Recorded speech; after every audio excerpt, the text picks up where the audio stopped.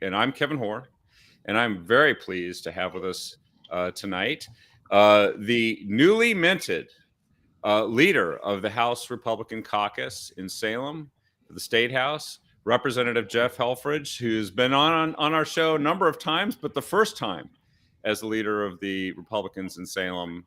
Welcome to the show, Jeff. Hey, Kevin, thanks. I want to really appreciate the opportunities to speak to your audience in the past, but moving forward as leader, I am very humbled by this vote to put me in this position to move our caucus forward, to move the Republican Party forward in a unity type of approach and very pragmatic approach to dealing with the issues that involve all of Oregonians. And for me personally, it's the approach. We've talked about it before, and I'll continue to talk about it as a police officer. When I showed up to somebody's doorstep, I knocked on the door, and because there was a 911 call for service. And what was that? What was the problem? What were we dealing with? Did it always end up in an arrest? No. Most of the time it was problem solving, trying to get the resources and the right people in the room to have a conversation about the issue that they're trying to solve. And to me, that's what I did is for 25 years. And then I used that same approach when I became a state legislator. And with that, I got some stuff done. I was vice chair of housing and homelessness, and Representative Dexter is the chair. She and I have some different views on some social issues, but I told her, I said, I will never surprise you. I will never try to up-one you or gamesmanship or anything like that. I'm here to work on problems. I'm here to work together to solve some solutions. And we got some of that done. And some people may not like it, some of the stuff that we got done, some people do, but was it for the greater good of Oregonians? Yes, it was. And to me, that was a big win, and it was a big show of where you can actually work across the aisle and get some things done. And there's another bill, House Bill 3414, which was the governor's bill related to housing production and land use. And I had to work my side of the aisle. I worked the other side of the aisle, and the members of the other side of the aisle came to Jeff, we're with you, we believe in this, and we got it passed out of the House, and then it went to the Senate floor, and it failed on the Senate floor by one vote. They being the people that were the architects of this measure, or this bill that the governor wanted, that home builders wanted. There's a lot of people that were involved at the table that wanted it. And there were some people that didn't want it. Thousand Friends of Oregon, League of Conservation Voters, even the League of Oregon Cities was against it because they felt it did away with some of the stuff they already worked on. But this was going to force housing production, and it was going to create stability in that marketplace. And that marketplace was, there's available land. It's already in the urban growth boundaries, but there's land that's in the urban reserves that could have been brought in. Didn't have to be, but could have been brought in, and that would have been a cost driver to bring the housing prices down. And there's some other specific details with that, but it failed by one vote, and that's because people lobbied not to have that one vote. I had more Republicans. We as a team had more Republicans show up to vote yes on that bill than I had Democrats, and I just needed 31, we just needed 31 votes in the House, or get over the finish line at 31. We surpassed that, but also the votes in the Senate, and it was there. And I watched them try to work, and at the very end, they whipped more votes again, is what they call, and could have had that bill brought back forth again, but it didn't. The Senate president didn't allow for that, and unfortunately, we moved on, and now we're into 3414 2.0. I'm on the Housing Production Advisory Council, and we're working through a lot of those issues. And it's good to get the stakeholders at the table, because that's what we need. You just can't stuff a bill down somebody's throat and not like it. And so we have to do better at vetting those. And that was some of the stuff I talked about with the governor and the leadership, with the Senate president, the Senate, or in the Speaker of the House, and the minority leader, Senator Knopp was there, and I was there. It's like, no surprises. Let's have a good session. Let's get some stuff done. Let's do what special session is supposed to be about. And that is about making those tweaks and those fixes to the budget. No big, huge policy issues, no big surprises. And we have to build trust on that. And I'm willing to build the trust, but let's not break my trust. And so all that to be said, that, as the House leader, I'm a servant leader. I work for the 25 members that are there. I work for the Oregon Republican Party as best I can with these ideas. And I know, let's just get up in front. When I go to a town hall, I know I'm going to end up disagreeing with people, or they're going to disagree with my philosophies or how I go about doing my business or certain policy issue. And if we continue to focus on a single policy issue and not look at a broader picture and a broader spectrum of how we can get just not more Republicans elected, but get policies done that are going to benefit our state. That's really what I want to do. And one of the things I talked about with one of the news reporters was last year there was an Oregonian article, or earlier this year I should say, there was an Oregonian article that said 20,000 people moved out of Multnomah County. 20,000 moved out of Multnomah County, not just Portland, but 20,000 out of Multnomah County. And then the tax man cometh, the tax man collecteth, and the tax man found that there was $1.2 billion less in revenue in Multnomah County. So to me, that's a telling fact that people are tired of what they're watching happen in Portland, watching happen in Multnomah County. They are moving either to the outer edges in Portland or the metro areas where they don't have to worry about the camping, the homelessness, all these drug issues and all these things, or they're actually just moving out of state. And I've talked to many people that, you know what, I've had enough of Oregon politics, I'm out. They pull the ripcord, they jump, and they end up in Idaho, they end up in Texas, they end up in Florida, Nevada, wherever that case may be, but they end up somewhere else. And this place is too great. It's just a beautiful state. There's so much going on. I mean, I originally hail from Colorado, Nebraska, and I go back to see my dad. And obviously my mom when she was still alive, and continue to go back there and visit my relatives in those areas. And I look around, those are pretty states. It's, you know, Colorado's got the Rockies, we have the ocean, but we've got so much land here. We have so much beauty, so much things to do. We got to do better. We got to keep people here. And it's just not, we can't keep Portland weird anymore. We got to keep Portland, we got to get Portland back in production, having jobs. People want to feel safe when they're home. There's all these issues that we got to go, and you know, I'm ready to hit the ground running. We got to get it done. Well, and I like what you said about practical solutions and relating that to your public service as a sergeant with the Portland Police Bureau, because that's the thing. You can't go in and give ideological speeches or indulge in fantasy ideas that don't work when you get a 911 call. That's a great analogy. And I think that voters are calling 911 on the legislature. They're like, look, we've got really serious problems here. And they don't always feel like someone is taking the most practical approach. And then you gave the example of House Bill, was it 3414? I want to make sure I get the number right. The second one, the second House bill that failed, that one. Yes. Yeah. And, you know, that was really just a practical approach to something I think Republicans have talked about for a very long time, which is that the chief impediment to making sure that housing is affordable in the state. So therefore, we know that's a supply side situation because there is demand, is making sure there's enough developable, buildable land within these urban growth boundaries, our land use scheme in Oregon. And it sounds like there was a group that wasn't practical. They have this axe to grind, and they lobbied hard, and they won in the state Senate, which the chief impediment to solving the housing crisis, which we know was one of the governor's top priorities, right? That was like, absolutely. And it got torpedoed by people in our own party that were adhering to a system that may not actually work anymore, which is the government restricting land so much that they can't actually provide more affordable housing anywhere. So, you know, hats off to you on pursuing that, because I do believe that a lot of folks, when they call 911, they aren't really, you don't call 911 effectively because you just want to go and have a chat about, you know, some esoteric issues. It's an emergency, right? And we keep hearing from the governor, from other leaders that we're in an emergency. It doesn't sound like sometimes they act like it. So do you think that this is something that the caucus, you guys can unify around and kind of go on offense and say, we're going to pursue pragmatic solutions that address people's real needs now? Yeah, I want to kind of walk back to what you said about 3414, that housing bill, and the land use component of it.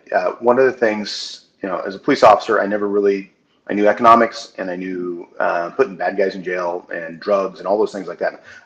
It's different. Oops, looks like we had a little snafu there. Hopefully we'll get Jeff back here in just a moment. Do we got you there? Oh, there we go. Yeah. Hey, hang on here. Yeah. So that said, there was a pragmatic approach to our ability in that bill. And what people don't want to talk about was the land use. And what people don't understand is, I understand we have a robust, secret way, or not secret, but sacred way of protecting the most beautiful parts of our state. And we want to make sure we don't overbuild. We don't want to look like just a cement urban environment everywhere, and don't want to take our farm ground.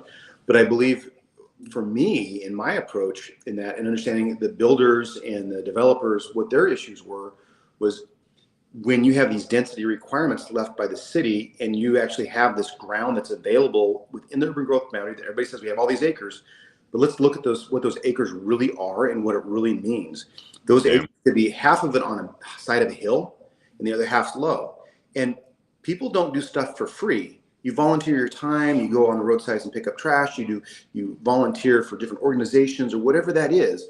That's what you're doing. But builders and developers, they don't do stuff for free. They have to make ends meet too. And it's like they're being treated as the evil empire, but they actually need to get a couple nickels to rub together to make things pencil out, but then create income for themselves and their family. And so you could have 10 acres developable, and it has an X amount of, says it has to have density housing in it. It's on the side of a hill. You can't build, you can't bring infrastructure there. If you can't bring those things forward, and you can't do that in a manner where people can actually get houses built and actually work and make money too, it's not a social society. We are driven by our economy, and our economy is about providing goods and services and people making money on it.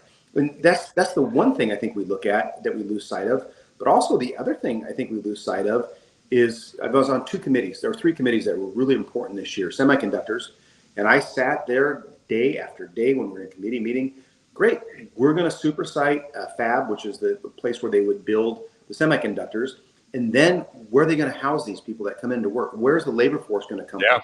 Where is the infrastructure to get to that point? And the roads. And let's talk about roads. So we have that. I kept saying they gave us, the business industry that was there gave us a blueprint, a map, how to follow it, how to work right. I believe we underfunded it, and I believe we could have done better. But I also said, let's take this roadmap that they gave us and apply it to all businesses, because businesses are leaving. How do we then incentivize businesses to come back?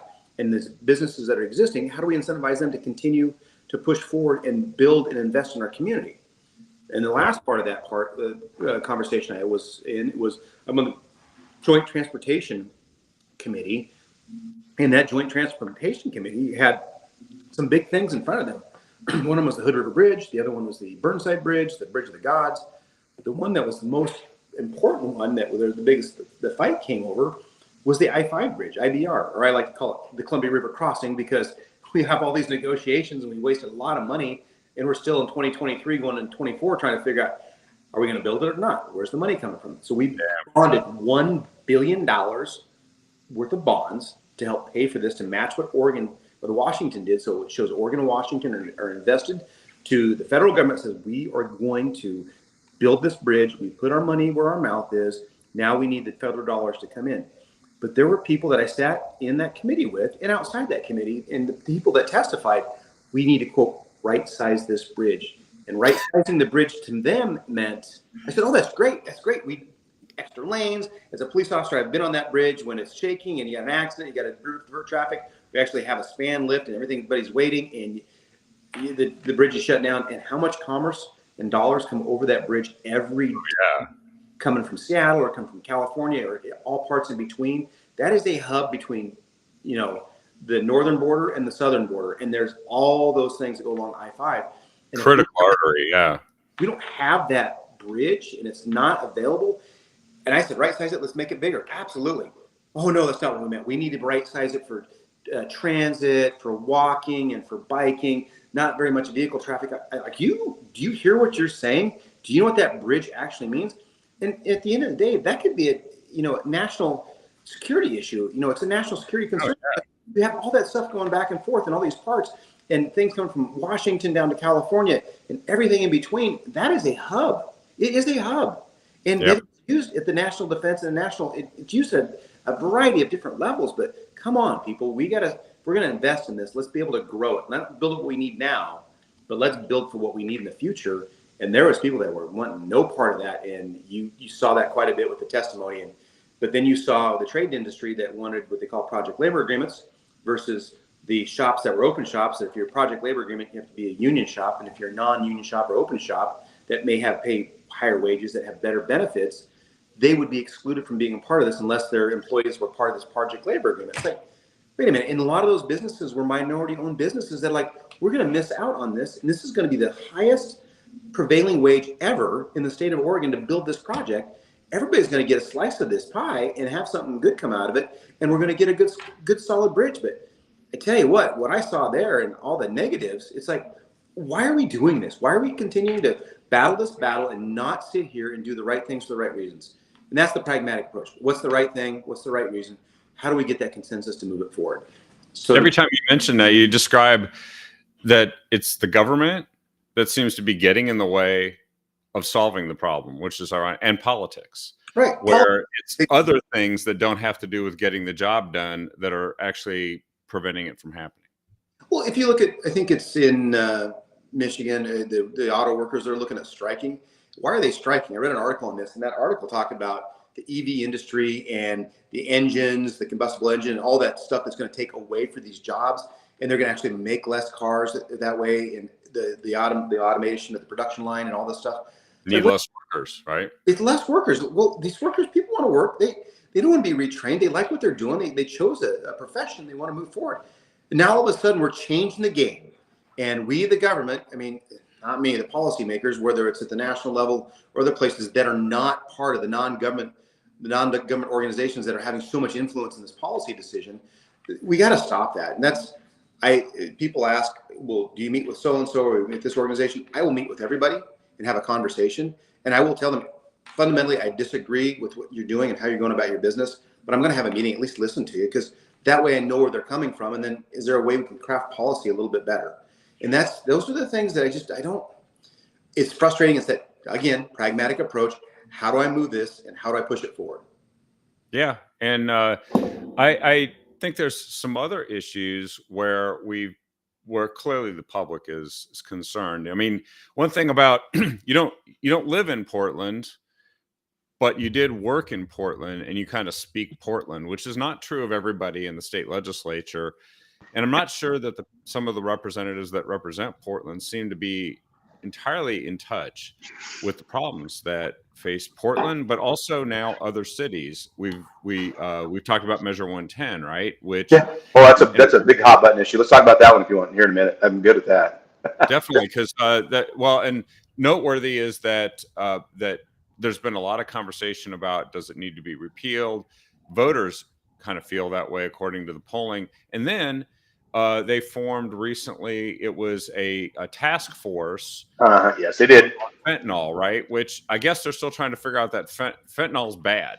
Okay, so there's a 110 task force on what that looks like, to what they want to do with the task force because of the ballot initiative that's getting ready to drop. And it's like, well, you can have the legislature do it, or we can have the citizens re-vote on that, what they want it to look like. So I'm sorry, I wanted to interrupt you there, but yeah, I was part of those conversations. Go ahead. Yeah, but what I really found interesting is they've formed this, and it does look like they're trying to at least give the appearance that they're addressing a deep concern that voters have, and clearly they're just, things have gotten worse, not better, with Measure 110. But you actually got a chance to respond to the formation of this by you had a quote here. I'm relieved that Democrat leaders have finally recognized the responsibility we have to address a problem exacerbated by their failed policies and by their inaction. However, the same people who helped create the problem and continue to perpetuate the problem will not solve the problem. They really need to have what we like to call a come to Jesus moment, even though that might not be the phrasing they would use, but that's where we're at. Voters want that, don't they? Absolutely. You know, you said, although I don't live in the metro area, my district does touch the metro area, because the district goes from the Dalles Dam all the way to the Sandy River, and then it shoots south along the Sandy, then it cuts into Gresham, and then touches 26 in Gresham there by Kane Road, and then turns, I think that's going to be the right road. I'm sure somebody will correct me if I'm wrong on that. You were wrong, Jeff. Sorry, I can't get the map in my head right. There's a lot of stuff going on, but it goes to Highway 26 on the north side, and they cut out Sandy, goes back south a little bit, and then cuts all the way back to Clackamas, Clackamas Wasco, right where Warm Springs is at. But then that follows to the Hood River, Clackamas border, then it kicks all of Hood River, and then it goes along where the Wasco comes on the other side of the Hood River county line, and gets the backside of Mosier, Government Flats, and then down to the city, back to the dam. I'm sure it's not quite the dam, but that's the best visual I can give you instead of saying Highway 97. Everybody knows where the Dalles Dam's at and the Dalles Bridge. But I have one of the districts that spans, the rural and urban, and I have this divide. And when you hear about 110, when you hear about people in the east side of my district versus the west side of the district, when that happened, everybody thought, you know what, we're going to take care of people. We understand that. That's the Oregonian way. We're going to reallocate funds towards people that are in need and getting help and recovery addictions services. That's awesome. But they didn't read the fine print. We're going to decriminalize stuff. I don't think people realize that. They were sold a bill of goods. And that bill of goods is now, how do we implement, if we fully repealed 110, how does that work? How does that then impact the criminal justice system? There's this domino effect.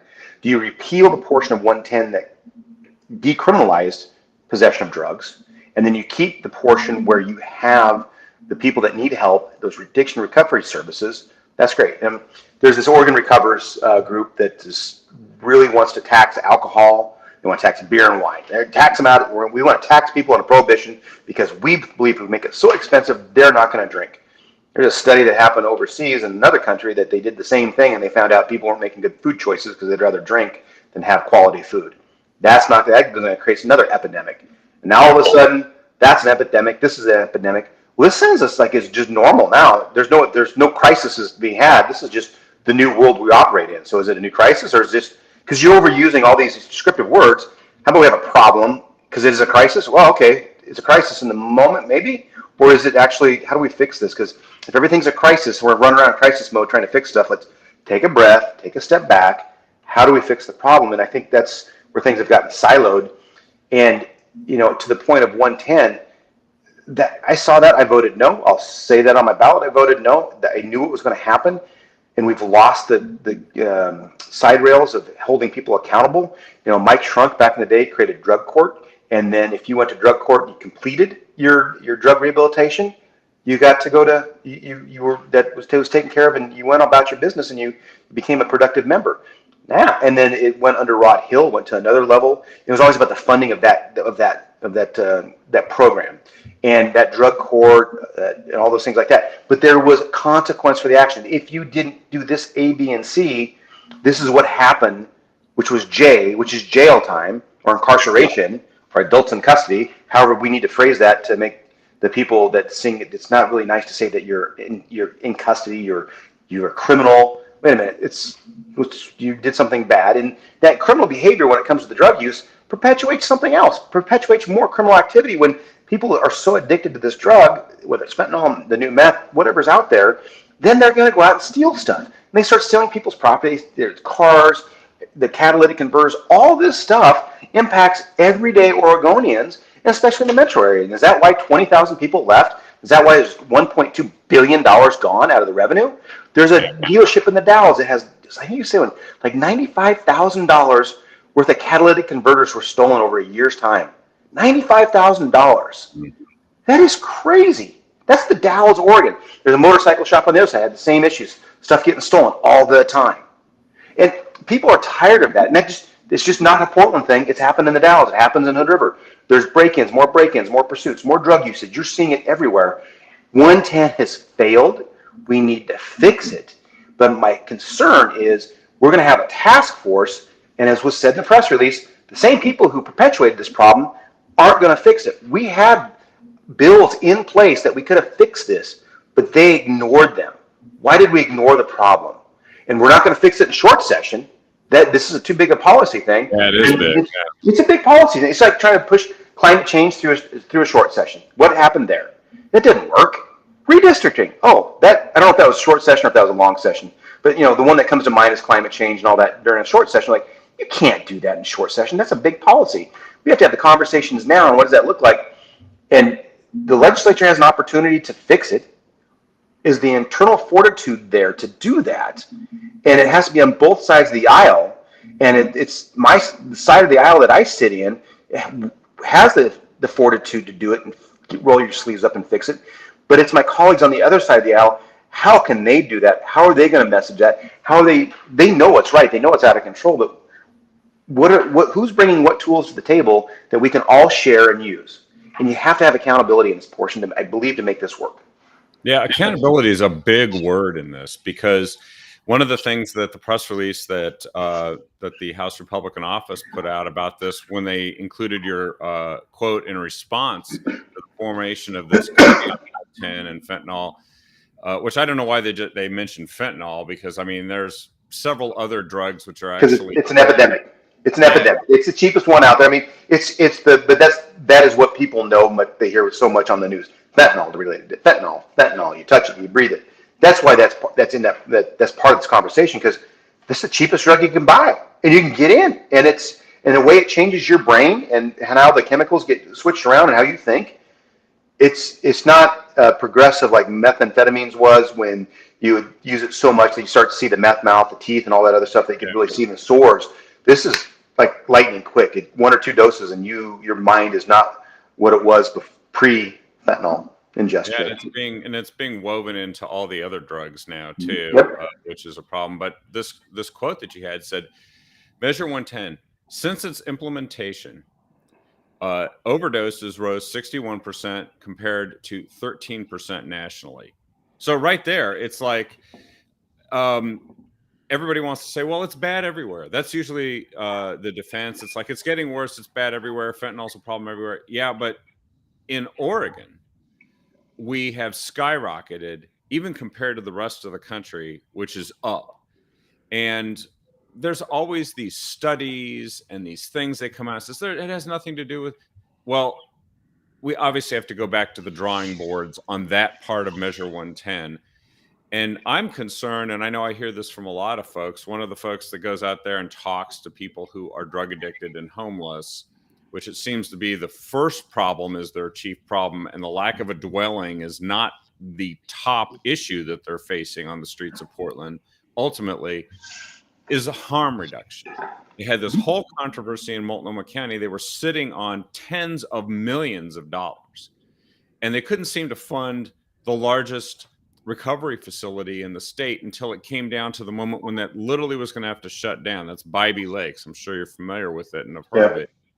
And they want to fund operations that fit with a philosophy that actually doesn't get people off the street in permanent recovery. They want to fund, it seems, these operations that hand out straws and foil to people on the streets and to make Narcan available everywhere, and then hand them tents and food, and just to almost enable the whole thing to go on and to get worse. And it's driving people nuts, because that is a lot of money that's being spent, and it is not solving the problem. You talk about the pragmatic approach. How do you see Republicans being able to impact this conversation? Well, we're outnumbered on the committee, so that's by design. And so we don't have the votes. We don't have the votes on the House floor.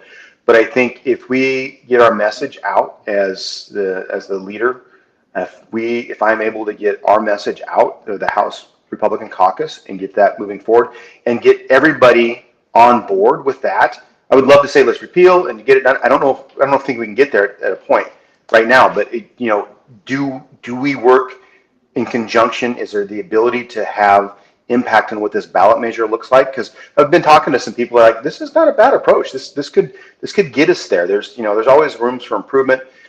Total repeal, that's one side. There's the other side. Don't do anything. It's working fine. We just need to have more money and more time, more deaths, more people getting addicted, more people, all these things. So somewhere in the middle is that middle ground. But I don't think where we won't compromise is the accountability portion. We have to hold people accountable. And that's the one thing that I am just so serious on, the accountability.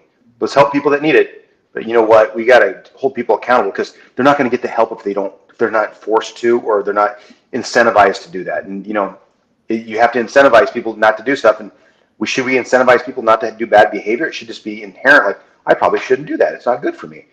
Hey, I got a taste of drugs one time. Now I'm addicted. All right, let's get you the services and the help you need to make sure that you can recover and go on with your life and not just lead a life that's puts you down in the dumps, and you end up sitting next to a dumpster the whole time. That's not what we want. There's no Republican, there's no Democrat that want that for people, but people make their own bed. You got to figure out how you're going to sleep in it, and how can we help lift them up to get them that help. There's some of them that just don't want help. I've seen that before too. I've seen that, more times than not. I wish I didn't have that view, but we got to get people help, and you have to have that accountability part. And you know what, the deck's stacked against us. We have an opportunity, but I think this next election cycle coming up is going to be a telling tale. It is a presidential election, but I'm here to tell you, people are tired of the status quo, and I'm not the status quo guy. I'm about, let's get some problems solved. Let's get this done. Yeah, it's been interesting too to follow the politics of what goes on in the legislature, and of course, this is sort of a mid election cycle change in leadership, but it every once in a while, we have to regroup. We have to say, okay, what are we going to do to steer things in a new direction? What do you think are the top issues? Obviously, we just talked about one, right? Mm-hmm. What are the top other issues that the Republican caucus, with your leadership, and of course, I should mention that you've got Representative Mark Owens, who is the deputy leader, was elected deputy leader, yes. And Representative Kim Wallins is the whip. What do you think this is going to what are you guys going to aim at now that is going to be top of the list? It's having those conversations right now. Where do we want to go? What are our policies? How are we going to move it forward? I think the caucus really wants to obviously focus on public safety. That's the number one thing, and that's a pretty encompassing thing. People want to feel safe in their communities where they live, not have their stuff stolen, hold people accountable. Housing is another one. We have to have affordable housing, and we touched on that earlier, where those problems lie. And then just in general affordability, if there's things that we at the state level can have impact on, the national level, when it comes to interest rates, when it comes to inflation, we're taxing a lot of people right now. We have a lot of taxes that are coming down the pipe, and they're sales tax guys as a fee or something else. And we have to look at that. I mean, you look at the corporate activities tax, where that's at. Can we push that limit up? Something that works, or something that affects just not my district, Hood River and Wasco and Clackamas and parts of Multnomah County and the agricultural industry, but a lot of the other districts too, that are Republican and some Democrat. I don't know how many Democrats have any farming in their district that they hear, but there's that. Oh, we'll get him back here in a second. I think his phone. There we go. Those things that happen, we have to look at that tax, how that's being taxed, and it's that part of that affordability. We have a road user fee stuff going on, and we've pushed EV vehicles so much. Now all of a sudden, the road tax that's been collected from the gas tax isn't there. So now we're talking about tolling. It's another affordability issue that touches my part of my district, and that's a big deal. Those are things that we need to make sure we don't miss the boat and look at that, because we're in a tight economy right now. People are trying to figure out how much gas to put in my car, how much food can I buy, and the inflation. I mean, I look at a gallon of milk that was normally like $4.99 a gallon or something like that. Not just a year ago, and now you're at $8-9 a gallon. And then gas. I just filled up I have a diesel pickup. Imagine that. Got a diesel pickup. I love my pickup. But yeah, and it's a good thing. But at the end of the day, it's it's almost $200 to fill that thing up. And if it's cost that much money to fill up, that's a lot of money at $4.99 a gallon. But I'm watching places in Portland for diesel is $5.50 a gallon. That's expensive. And it's crazy that what we're doing and what's going on. And my wife, she drives less and less. We do less things now. We have our kids. We do we have our kids, we chase around and go to different places. And like, if we're going to a sporting event somewhere, whether it's my son's football, my daughter's volleyball game, insert whatever sport it is, like, all right, we're going here. What else can we do when we're here so we don't have to drive again and waste $60 on fuel, and then go back home? What else can we do while we're here so we don't waste a bunch of money having to drive around if we're not actually going to the place we need to be at? It seems like the folks that have been leading and running our state, they're I don't know why they're not more sensitive to the fact that Oregon's become unaffordable. Places within Oregon have become almost unlivable, and now unaccountable is really the word that falls into all of this. Because when I think of all of these problems, who is responsible, who's accountable? Elections will hold people accountable. What do you think? What are the chances that the leadership on the Democrat side is starting to see the need for this accountability? Are you hearing that from these conversations, or is this just something that is a window dressing so far for them? I believe they want to see accountability. I'm not sure what that looks like. Power is everything in Salem, and whoever has the power and the votes that's where it's at. But it's not about Salem. It shouldn't be just 3 or 4 people making decisions, and whoever's their people, their stakeholders in their ears. It's the rest of Oregonians, and it's going to boil down to the 2024 election. What does that look like?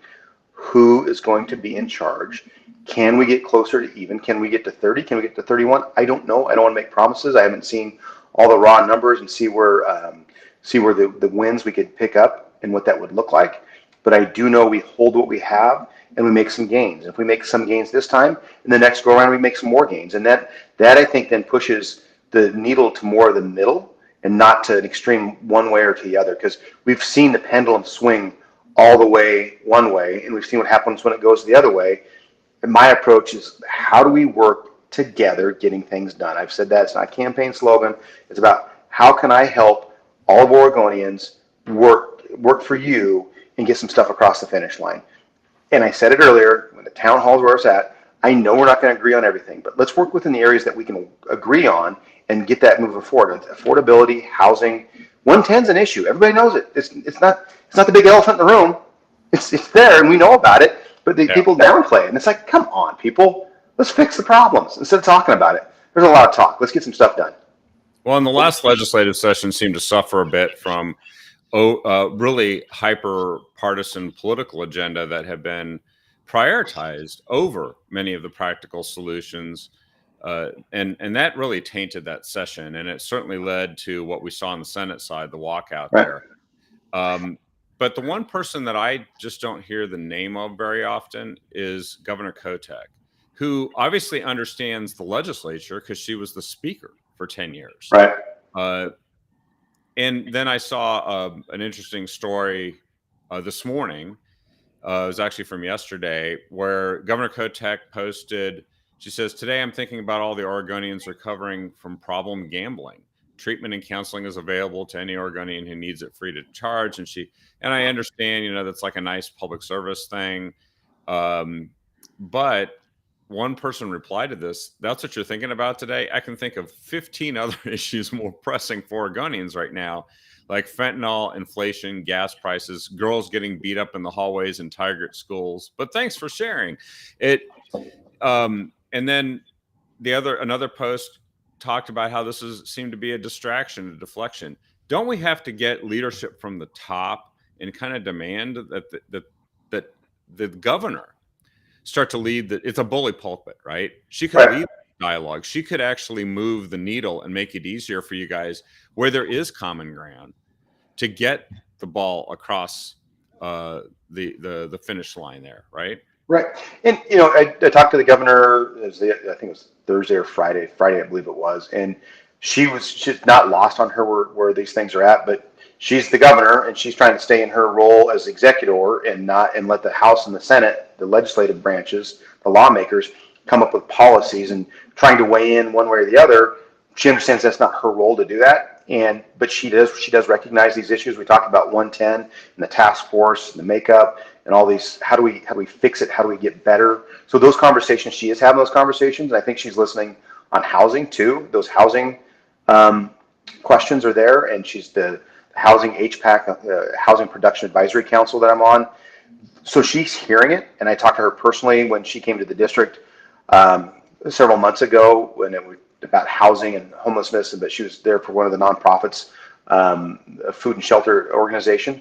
And I said, hey, we can agree on some of these things. If we quit talking about, as it was, I say guns and abortion. Somebody else said reproductive health care and firearms, guns and abortion. It's just whatever word you want to use. Yeah. Quit talking about those two things that we spent so much time on last session, and we figure out what things we can work on together. That's when we're productive. And you got to have a seat at the table.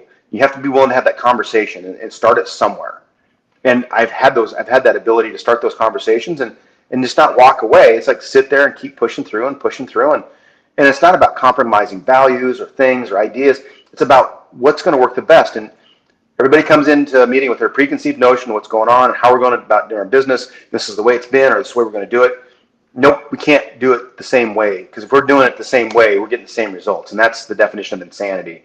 Yeah, I might have had a commercial about that. Doing it over and over again, getting the same results is the definition of insanity, and that's where we're at right now. If we're continuing to do it business as usual, we're getting the same results, and we got to do something different. And that's what I think is, for me, where I come from, and we talked about earlier about that. Come to your door. There's a problem. Let's fix problems and quit talking about it. Put our money where our mouth is. Let's go get it done. There's two issues also that I thought we might touch upon before we wrap up here today. And one is we've got Measure 114, which passed by this razor thin margin statewide. Right. It's been in it's a hearing in circuit court in Harney County. I believe both the plaintiffs and the defense have rested now at the end of last week. So there's going to be a decision pretty soon about the constitutionality of Measure 114. And there's a lot of concern about where that's going to end up. Are we kind of on the edge of, because there's two things, right? There's the constitutionality. And then if it's ruled constitutional largely for whatever reason, and that wouldn't be unheard of for the Oregon courts to do that, it can't be implemented in its current form. And there's a lot of people who feel like you suddenly won't have Second Amendment rights in the state in a practical terms. Right. That's a real concern. That was one issue. And the other one I wanted to touch upon is about education and what seems to be happening there, which should be, again, a very pragmatic issue when you look at the statistics and the results, and yet we're not getting those results. Right. And we're putting more money at it too. A lot more money than ever before. And they need more time. That's why more time. Yep. But then, a practical answer to this is accountability and results. And we just don't seem to get around to doing that. And it used to be a Democrat issue. Like Republicans, we'd talk about it, but Democrats would always win on this issue. And now maybe that's changing. So those are two issues that I think about. What's happening with our right to protect ourselves under the U.S. Constitution and the Oregon Constitution, but then also and this might be one of these emergencies, right, that comes up in the special session because the sheriffs are like, we can't do this. The feds are saying we can't provide you background checks. So there just won't be any way for someone to legally protect themselves if they do not have a firearm and they wish to purchase one for their own defense. We know that the crimes in Portland are not being committed by loads of people buying legal firearms. No, that's pretty obvious, right? Every day, the guns, when we'd seize guns off of criminals, they're generally stolen. They didn't go to the store to buy them, or I don't know it for sure, but I'm a high probability the guns that people had, they didn't get them lawfully when they possessed them. Whether it was stolen from somebody else and they bought them off the street, didn't know it was stolen, but they didn't go to the gun store to buy them. And I can show you time and time again, we had a gun task force, tremendous job. All of a sudden the gun task force went away, and now all of a sudden shootings are up. Imagine that. You had police officers out there proactively going and finding and stopping people that they knew were going to cause crimes, not profiling, but they knew when they were headed somewhere what was going on. Oh, wait a minute. they're going over here. This is what we heard from the word on the street was they're going to retaliate against this person over here. They do a traffic stop. They find a gun. Oh, wait a minute. Find a bunch of guns. And then they roll over and get more guns. And it's like, really? Now all of a sudden, oh, you can't do that. And then the police can't do their jobs anymore. It's profiling or insert whatever reason. But that unit went away and crimes and gun crimes go up out of astronomical. How many murders are we on pace for in Portland to exceed where they're at last year? And let's talk about the traffic division. They just got people back on the motors and back in the traffic unit, but it was scaled down to where it was just people responding to fatalities on the road or on the streets. And then they had nobody running their focused patrol efforts on traffic issues with speeding, running red lights, all those things like that. Then all of a sudden, what else went up in Portland? Deaths related to vehicle accidents. Yeah. Imagine that. For me, I go back to my cop days. I'm more than just a cop. I can talk about economics. I can talk about housing. I can talk a lot of different things in transportation. But pragmatically, it's like, well, if you're not doing one thing, it's going up. That means you've lost sight of something, and it's not the officer's fault. It's the mayor and that leadership that went down the road that we're going to listen to this. Now all of a sudden, it seems like the mayor of Portland's trying to rewrite history. I'm here to fix the problem, and now all of a sudden, well, wait a minute. I can show you on social media when you were sitting in the protesters. I hear you.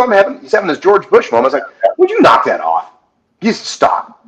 You caused the problems. You perpetuated it. You could have put a stop to it. You look at Boston. People had their time protesting, and then it stopped.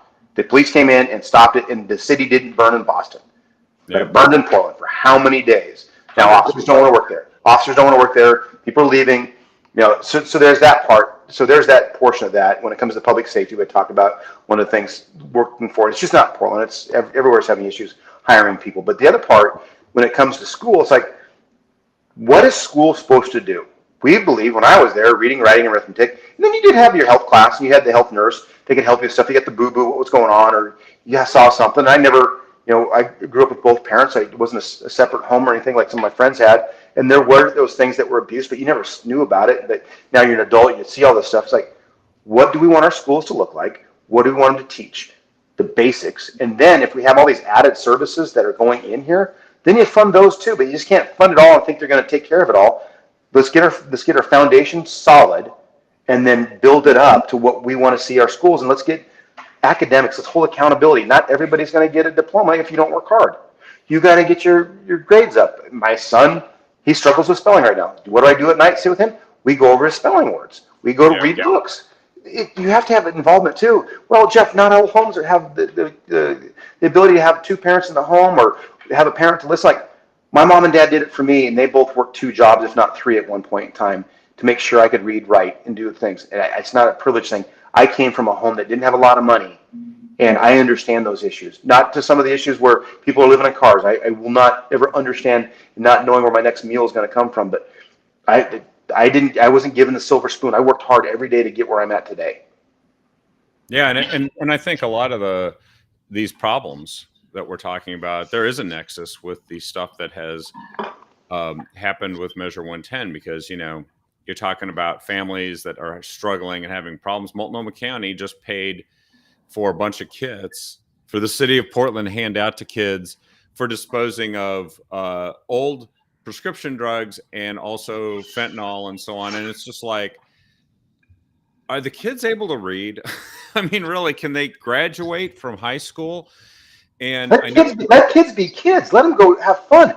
Don't go into a park and worry about stepping on a needle and getting hepatitis or whatever disease you can get from that needle. No, let them be kids. We have to do better, and it's a societal thing.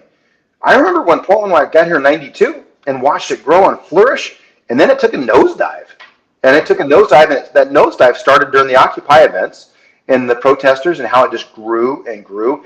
Because it used to be your anarchists or the black blockers, whatever they were, came from Seattle, they came from Eugene, then all of a sudden they're just living in Portland and they're getting away with whatever they want. It's like, no, accountability. Well, and then you talked about Portland got rid of the gun violence reduction team, got more gun violence, right? Right. And then they disbanded the traffic police, and then they got traffic deaths increasing. And we know in both of those cases, there's a nexus with the drug trade. a lot of I get passed by these guys. I'm like on I-84 driving someplace, and I get passed by a guy who's doing literally like 90 miles an hour, about 35, 40 miles an hour above the speed limit. They race past. And I used to think, oh, well, they're going to get that guy. Now I'm like, I don't think they're going to get that guy. I think he's going where he's going. And he is probably high on meth and probably has an illegal firearm in his car. Most likely.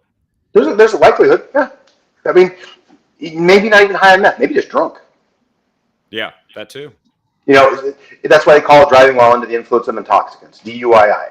Because whatever that intoxicant can be, whether it's an unlawful drug or if it's a narcotic or something like the that. Narcotics, yeah, or just over-the-counter type medication. Yeah. Yeah, no, this has been part of the struggle here, is that it's a cluster of problems. They do seem to be tied together, and they all seem to have some of the same themes or problems associated with it. And you have hit upon not only the need for pragmatic solutions, but finding common ground. I heard Representative Ed Deal from your caucus use the term common ground. It's like there's a whole bunch of things, including controversial issues, where we have common ground and we could actually do something. And then accountability. Accountability seems to be the other major theme. It's because it's not good enough to put dollar signs next to a good intention. It's got to result in something, right? So this is a really good set of themes. Any last thoughts here on what you'd like folks to know, especially for 2022, because obviously the caucus, when you're leading it, you want to expand it. But also, what are some of your thoughts on where Oregon can go, especially if there's more Republicans and more Republican leadership in the state? So I think you had a slip 2024, not 2022. Oh, did I say? You said 2022, yeah. So I say, mention that. I'm like, wait a minute. We already went through 2022, and I'm here because of that. Yeah. I think the first thing we as Republicans have to do is quit circling the wagons and shooting in. We have enough things to worry about on the outside of our of what Republicans are and what we do, and there's a lot of different ideas and there's a lot of different philosophies, and but there's more common ground that I believe people realize. We have to stop eating our own. We cannot continue to badmouth and bash fellow Republicans because they voted one issue and you didn't like it what it was, because one certain senator voted, he had his bill that was, for whatever reason, I'll just leave the particulars out, and created this, and then all of a sudden there's 6,000 people have a database that didn't like his bill, and all of a sudden they are the reason why that senator is not sitting there as a Republican in this Oregon Senate. And if that senator would have been there and it wouldn't have been a Democrat senator sitting there, we would have been able to be even, and the Democrats would not have been able to push out their agenda because they didn't have the votes. We had more Republicans up because you had one senator that was sick, had a heart attack, triple bypass, and you know what? They couldn't have passed their agenda. We have to stop eating our own. We need to unify and move that forward. And you can tell I'm passionate about this because it is true. We are a team. Everybody has a role to play, but if there's a one issue voter that you don't, when somebody took one vote you didn't like, we can't have that. You have to respect the people that sat there and put their name on the ballot and voted yes or no for insert reason, whatever that is. And you may not like it, but what were the other votes that they did? If it's one issue, fine, understand it. You're a one issue voter, I get it. But you look at the totality of the whole, not just one certain issue. We have to stop eating our own because the Democrats do a good job of that, eating us up to begin with. If we're unified, moving together, that's my message to all the Republicans out there. Work together to get some things done. Yeah, there's some great close races in 2022, by the way, that had they gone the other way, I think that's what you were hinting at. Then if they would have gone the other way, would have been perfect. So there's that part. 2024, my goal is to get races and to win on the House floor, win in policy, and win races.